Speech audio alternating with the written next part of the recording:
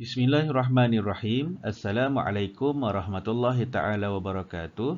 Alhamdulillahirabbil alamin wassalatu wassalamu ala asyrafil anbiya'i wal mursalin wa ala alihi wa sahbihi ajma'in. Rabbi shrah li sadri wa yassir li amri wahlul 'uqdatam min lisani yafqahu qawli. Alhamdulillah, syukur kita kepada Allah Subhanahu wa taala kerana masih lagi diberi ruang dan peluang untuk kita teruskan bincang soalan UPKK. Pada kali ini kita nak bincang berkaitan dengan subjek adab dan akhlak Islamiah. Okey, adab dan akhlak Islamiah, kertas 2. Okey, kertas 2 adab 50 markah. Okey, kita tengok soalan-soalan dia. Soalan yang pertama, soalan 1, dia kata jawab soalan berikut berpandukan penyataan di bawah. Okay, jual beli adalah satu proses menjual dan membeli atau pertukaran barang oleh peniaga dengan pembeli mengikut syarat-syarat yang tertentu dan disertai dengan akad. Okay, disertai dengan akad. Okay, soalan 1.1, adab berjual beli. Dia nak kita tulis adab berjual beli.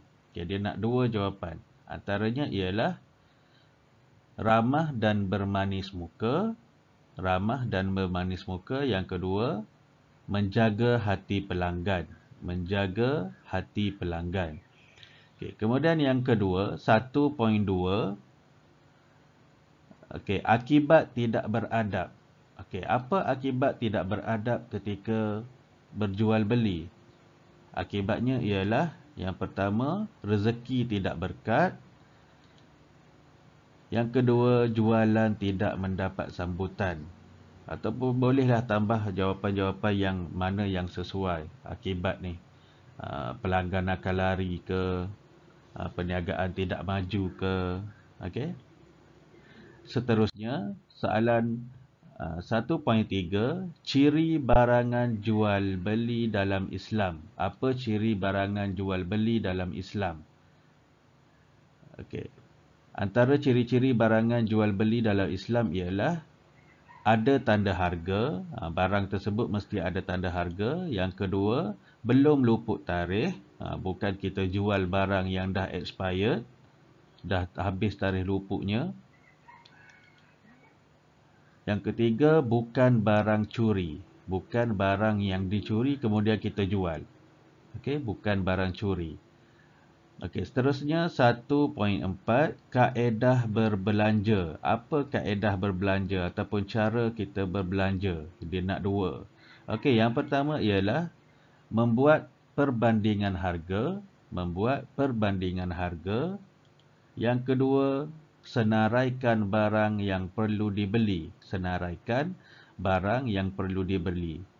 Okey, senarai barang ni supaya kita tak membeli secara berlebihan lah. Okay, bila kita senaraikan baru kita ada, bila sampai kat kedai tu kita dah tahu kita nak beli apa. Takut-takut terlebih ataupun terkurang.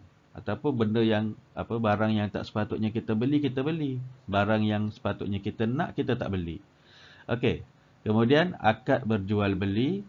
Akadnya ialah, contohnya, saya beli kerana Allah. Itu bagi pembeli lah. Kemudian kalau penjual, saya jual kerana Allah. Okey. Itu akad. Okey, soalan seterusnya. Soalan 2, jawab soalan berikut. 2.1, jelaskan dua adab berjiran. Okey, jelaskan dua adab berjiran. Okey, adab berjiran yang pertama ialah menjaga rumah jiran apabila jiran tiada di rumah.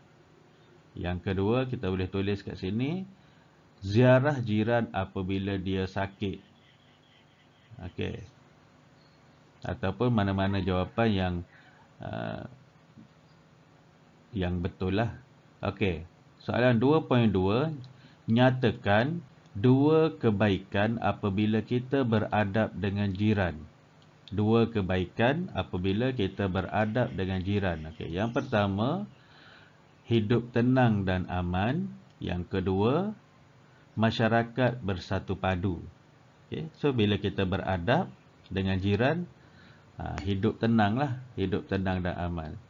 So kalau kita nak kira buat baik dengan jiran ni, baguslah kita beradab kan, beradab dengan jiran. Sebab kalau kita ada apa-apa kesusahan, orang yang akan bantu kita dulu adalah jiran kita sebelum bantuan tu sampai daripada ahli keluarga. Mungkin jiran kita tu bukan daripada ahli keluarga kita, tapi dia oranglah yang akan mengambil berat tentang kita sekiranya kita beradab dengan mereka. Okey, seterusnya, tulis 2 keburukan akibat mengabaikan hak jiran. Apa keburukannya kalau kita mengabaikan hak jiran? Okey, yang pertama, jiwa tidak tenang, sukar mendapat pertolongan. Okey, jiwa tidak tenang, kita asyik nak gaduh je dengan jiran kita. Kemudian kalau kita ada apa-apa kesusahan, kita susahlah nak dapat pertolongan. Okey, orang pun tak nak tolong kita. Okey, 2.4, tulis 2 perkara yang menyakiti hati jiran. 2 perkara yang menyakiti hati jiran. Okey, yang pertama, sombong. Yang kedua, merosakkan harta benda jiran. Itu 2 contoh perkara yang menyakiti hati jiran. Yang pertama sombong, yang kedua merosakkan harta benda jiran. Seterusnya, soalan 3, baca petikan di bawah dan jawab soalan berikut. Kita baca dulu. Hujah merupakan ucapan yang disampaikan oleh seseorang di khalayak ramai. Seorang penghujah yang baik perlu mempunyai pengetahuan yang luas serta mampu menarik perhatian pendengar. Selain itu, kita perlu menyampaikan hujah secara berhemah dan menyelitkan kata-kata hikmah. Apakah yang akan berlaku sekiranya kita tidak menjaga adab semasa berhujah? Sudah tentu kita akan menjadi bahan cemuhan. Apa yang lebih menyedihkan adalah penyampaian hujah tidak memberi sebarang kesan yang baik, malah mengakibatkan penghujah mengakibatkan perhujahan dalam masyarakat, perpecahan dalam masyarakat. Okey, maaf. Okey. Tu dia punya petikan. Kemudian dia tanya soalan 3.1, jelaskan erti berhujah. Apakah erti berhujah? Okey, jawapannya ialah hujah merupakan ucapan yang disampaikan di khalayak ramai ataupun ucapan. Okey, ni jawapan dia. Hujah merupakan ucapan yang disampaikan oleh seseorang di khalayak ramai. Okey. Seterusnya, nyatakan 2 ciri berhujah yang baik. Nyatakan 2 ciri berhujah yang baik. Okey, antaranya jawapan dia mempunyai pengetahuan yang luas. Yang kedua, mampu menarik perhatian pendengar. Okey. Perlu mempunyai pengetahuan yang luas. Okey, ini jawapan dia. Serta mampu menarik perhatian pendengar. Okey. Soalan seterusnya. Okey, 3.3, jelaskan 2 adab berhujah yang baik. Jelaskan 2 adab berhujah yang baik. Okey, yang pertama, hujah mestilah berhemah supaya tidak menyinggung perasaan.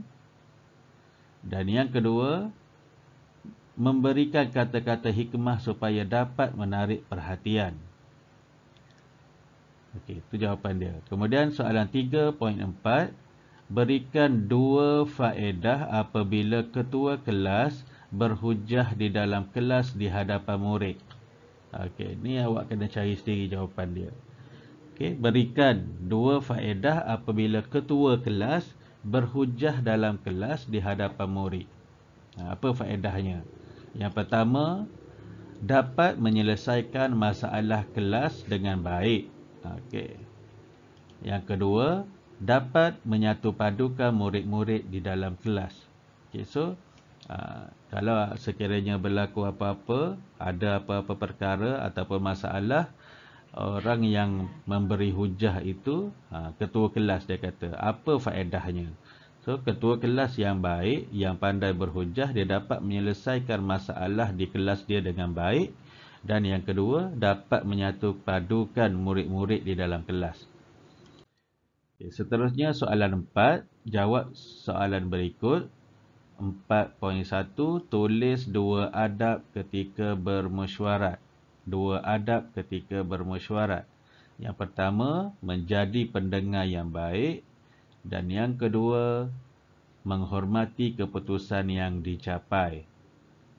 Okay, seterusnya, 4.2, tulis dua kebaikan ketika bermesyuarat. Tulis dua kebaikan ketika bermesyuarat. Okay, yang pertama, menyelesaikan masalah, dan yang kedua, wujud suasana harmoni. Okey, itu kebaikan ketika bermesyuarat. Okey, seterusnya 4.3, nyatakan dua adab sebelum bermesyuarat. Okey, nyatakan dua adab sebelum sebelum kita pergi mesyuarat tu apa adabnya? Yang pertama, pengagihan tugas. Yang kedua, merancang strategi.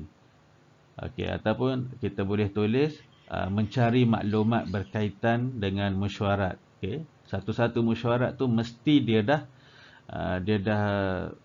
ada tajuknya. Kita mesyuarat, kita akan hadiri mesyuarat ni berkaitan dengan apa. So, kita dah merancang strategi. Kita dah cari maklumat berkaitan dengan perkara tersebut, ataupun kita dah sediakan apa kita punya idea-idea untuk membantu mesyuarat itu berjalan dengan lancar. Okey. Kemudian 4.4, tulis dua kesan tulis dua kesan menjaga adab ketika bermesyuarat. Apa kesan dia kalau kita menjaga adab ketika bermesyuarat? Okey, yang pertama, membuktikan kebenaran. Yang kedua, terhindar dari permusuhan. Okey. Kalau kita jaga adab ketika bermesyuarat, kita dapat membuktikan kebenaran ataupun mencapai keputusan yang baik dan terhindar daripada permusuhan. Okey. Mesyuarat tu bukan tempat untuk bergaduh. Walaupun kita rasa kita tak setuju dengan idea yang dikemukakan, tapi cubalah bagi idea yang lebih baik. Tapi sekiranya tidak diterima idea kita tu, janganlah kita rasa sakit hati ke apa ke. Kita kena terima keputusan majoriti. Okey, seterusnya 4.5, tulis dua tata cara beradab ketika bermesyuarat. Okey, macam mana tata cara beradab ketika bermesyuarat? Okey, yang pertama, memulakan dengan salam dan selawat. Yang kedua, memberikan tumpuan terhadap perkara yang dibincang. Okey. Itu tata cara beradab ketika bermesyuarat. Yang pertama, memulakan dengan salam dan selawat. Yang kedua, memberikan tumpuan terhadap perkara yang dibincang. Okay, 4.6, senaraikan dua akibat tidak beradab ketika bermesyuarat. Senaraikan dua akibat tidak beradab ketika bermesyuarat. Apa akibatnya? Yang pertama, tiada kerjasama. Yang kedua, mesyuarat menjadi kacau bilau. Okay. Ataupun wujudnya permusuhan ataupun pergaduhan. Okey, seterusnya, jawab soalan berikut berdasarkan gambar di bawah. Okey, so kalau kita tengok gambar ni, ada seorang pakcik ataupun atuk ni. Atuk ni orang tua, kemudian ada orang muda yang sedang hulur tangan kepada dia. So maksudnya menghormati orang tua. Okey, menghormati orang yang lebih tua. Okey. 5.1, jelaskan dua adab jika anda berada dalam situasi di atas. Okay, maksudnya kalau kita berada dalam situasi dalam gambar ni, apa adab kita? Yang pertama, memberi salam apabila berjumpa. Yang kedua, bersalaman kepada yang lebih tua. Okey. Memberi salam apabila berjumpa, kemudian bersalaman kepada yang lebih tua. Okey. Kemudian 5.2, jelaskan dua perkara yang anda perlu hindari. Okey, apa yang kita perlu hindari berkaitan dengan gambar ni? Gambar ni menghormati orang tua. Perkara yang kita kena hindari ialah yang pertama,